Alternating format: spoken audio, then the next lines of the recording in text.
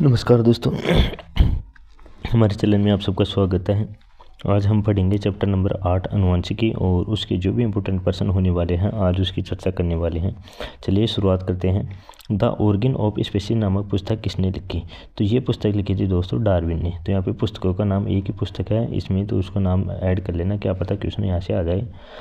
दूसरा, मनुष्य में कितने जोड़े गुणसूत्र पाए जाते हैं? सभी को पता है मनुष्य में 23 जोड़े गुणसूत्र के पाए जाते हैं।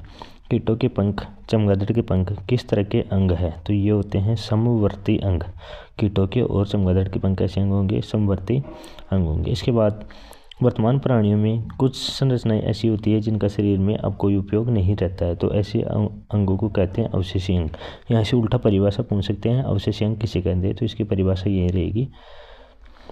इसके बाद देखिए, जीन शब्द की प्रस्तावना किसने दी है? इनमें से कोई नहीं है जिसने दी है, उनका भी अब यहाँ पे क्वेश्चन आगे पढ़ने वाले हैं। कौन सा वैज्ञानिक मंडल के नियमों की पुनर्खोज से संबंधित है? यानी जो मंडल के नियमों की भी दोबारा खोज की थी उसने, कौन सा वैज्ञानिक है उसकी बात करेंगे, तो वो वैज्ञानिक यहाँ पे होगा श्रमक वैज्ञानिक। इसके बाद देखिए, गुणसूत्र बने होते हैं। सभी को पता है गुणसूत्र डीएनए, आरएनए तथा प्रोटीन तीनों के ही बने होते हैं गुणसूत्र। कोशिका में आनुवंशिक पदार्थ है डीएनए, यानी कोशिका में आनुवंशिक पदार्थ है डीएनए। जीन शब्द किसने प्रस्तुत किया? देखिए वो प्रश्न आ गया, जीन शब्द किसने प्रस्तुत किया? जॉनसन नामक वैज्ञानिक ने जीन शब्द प्रस्तुत किया। मलेरिया उत्पन्न करने वाला मच्छर, मादा एनोफ्लिस मच्छर, किस तरह के जल में उत्पन्न होता है? सभी को पता है कि गंदा जल होता है उसके अंदर ये उत्पन्न होता है। डेंगू उत्पन्न करने वाले मच्छर किस तरह के जल में होते हैं? सभी को पता है डेंगू उत्पन्न करने वाले मच्छर किस तरह के जल में उत्पन्न होते हैं? तो डेंगू उत्पन्न करने वाले तो साफ जल के अंदर उत्पन्न होते हैं, लेकिन जो पीछे हमने क्या पढ़ा कि जो मलेरिया उत्पन्न करने वाला मादा एनोफ्लिस होता है वो गंदा जल में होता है। यानी डेंगू तो साफ जल में और मलेरिया वाला गंदे जल में। अवशेषी अंग का उदाहरण यहाँ पे, यानी अवशेषी अंग कौन से उदाहरण है?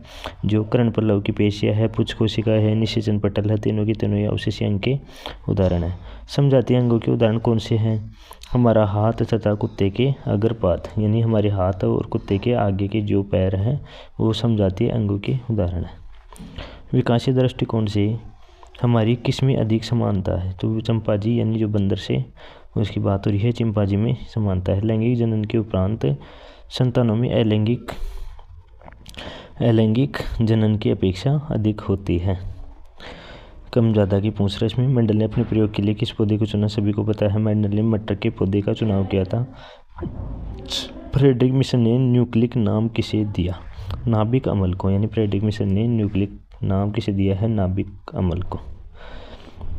किसने प्रमाण दिया है कि जीन गुणसूत्र का भाग है? यानी 1902 के अंदर टी ववेरी और WS टन ने। प्रत्येक गुणसूत्र 2 कुंडली धागों से बना होता है जिसे कहते हैं अर्ध गुणसूत्र। वे अंग जिनकी उत्पत्ति तथा मूल संरचना में समानता तो होती है लेकिन कार्य के अनुसार बाह्य संरचना में परिवर्तन हो जाता है, उन्हें कहते हैं समजात अंग। यानी समानता रहती है लेकिन कार्य के अनुसार परिवर्तन होंगे तो वो होंगे समजात अंग। शरीर में भोजन का पचना किस प्रकार की अभिक्रिया है? शरीर में भोजन का पचना किस प्रकार की अभिक्रिया है? ये है उपचयन। मेंडल ने अपने प्रयोग के लिए कितने विपरीत लक्षणों को चुना है? तो मेंडल ने 5 लक्षणों को यहाँ पे चुना है। मेंडल ने एकल संकर क्रॉस के फलस्वरूप लंबे व नाटे पौधों का अनुपात क्या है?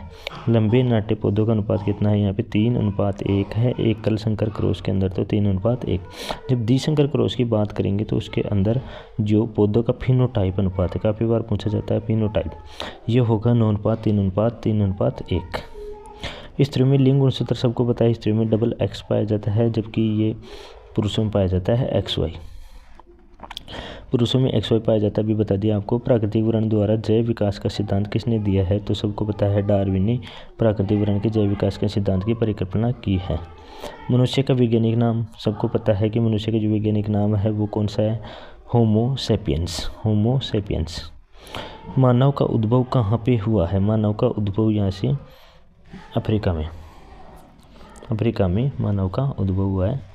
चमगादड़ एवं पक्षी के पंख किस प्रकार के अंग है? समरूप अंग। प्राकृतिक वर्ण का जैव सिद्धांत अभी बता दिया आपको, चार्ल्स रॉबर्ट डार्विन, यानी शॉर्टकट नाम तो डार्विन है इसका और पूरा नाम है चार्ल्स रॉबर्ट और डार्विन। वंशागत नियमों का प्रतिपादन किसने किया है? वंशागत नियम यानी ग्रेकर जॉन मेंडल, जिसने मटर के पौधे पे प्रयोग किया था। इनमें से सही कौन सा है? डीऑक्सीराइबोन्यूक्लिक अम्ल, डीऑक्सीराइबोन्यूक्लिक अम्ल। कौन के निचले हिस्सों को क्या कहते हैं? कान का निचला हिस्सा, यहाँ पे कर्णपाली कहेंगे कान का निचला हिस्सा। जैव विकास को सर्वप्रथम किसने बनाया? जैव विकास लामार्क, लेमार्क भी बोलते हैं इसको। विभिन्नताएं कितने प्रकार की होती है? विभिन्नताएं होती हैं 2 प्रकार की विभिन्नताएं होती है। किस जीव की जीन संरचना उसका जीव कहलाता है? किस जीव की जीन संरचना उसका जीव कहलाता है? तो क्या कहलाएगी? जीन प्ररूप और जीनोटाइप, दोनों के दोनों ही इसमें आंसर आएंगे। जीन प्ररूप तथा वातावरणीय दशाओं द्वारा निर्धारित वैसे आनुवंशिक लक्षण या विशेषक जो स्पष्ट रूप से दिखाई देते हैं क्या कहलाता है? लक्षण प्ररूप या फिनोटाइप कहलाएंगे, लक्षण प्ररूप या फिनोटाइप। ग्रेकर जॉन मेंडल व्यक्तिगत जीवन में क्या थे? पादरी थे एक चर्च के अंदर। काफ़ी बार जो वैज्ञानिक होते हैं उनके जीवन वृत्तांत के बारे में पूछा जाता है, पूछ लिया जाए वो क्या करते थे या फिर व्यक्तिगत जीवन में क्या करते थे, कहाँ रहते थे? चर्च के अंदर पादरी थे। ठीक है, तो मेंडल ने जनक पीढ़ी को किस लेटर से सूचित किया है? तो जनक पीढ़ी को पी से। तो दोस्तों ये से आनुवंशिकी चैप्टर से 40 महत्वपूर्ण प्रश्न और सभी की हमने विस्तार से चर्चा की है। तो आप वीडियो को एक बार नहीं 2 बार देखिए, इनमें जितने भी छोटे क्वेश्चन बनने लायक हैं इस चैप्टर के अंदर सभी को मैं यहाँ पे क्लियर कर चुका हूँ, तो इनसे बाहर क्वेश्चन जाने की संभावना न के बराबर है। तो दोस्तों मिलते हैं अगले चैप्टर में नए क्वेश्चनों के साथ, चैनल के साथ बने रहिए, तब तक के लिए धन्यवाद।